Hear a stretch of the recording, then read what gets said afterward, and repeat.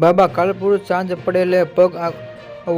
ઓંગળીલે ધ્યાનમાં બેસે છે કે ચિંતા સળગાવેલી કે હવા કાળી થઈ જાય છે કે પ્રયાગરાજમાં મહાકુંભ મેદાનમાં ભસ્તથી ઢંકાયેલા બાબા ઉગ્રનું સ્વરૂપ જોઈ કે કોઈ સ્તંભ અને તેમાંથી હાથમાં માનવ ખોપરીને માત્ર દેખાડો કરવા માટે નથી, પરંતુ તે માત્ર ઘણા દાયકોમાંથી જે હિમાલયમાં ધ્યાન રાખેલો અવાજમાં ઊંડું ગંભીર રીતે માણસ જેવી ભૂલ જાય તે નંદીના કારણે આંસુ ધરતી પડે જેમાંથી 95 વર્ષની બાબા કાલપુર નામની પ્રખ્યાત કુંભમાંથી આવનાર સૌથી વૃદ્ધ જે અઘોરી સાધુમાંથી અઘોરી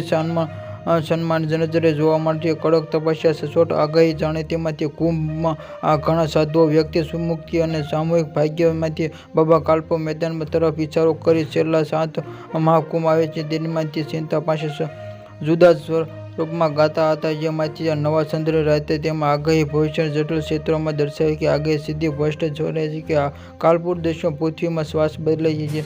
કહેવામાંથી ખ્યાસમાંથી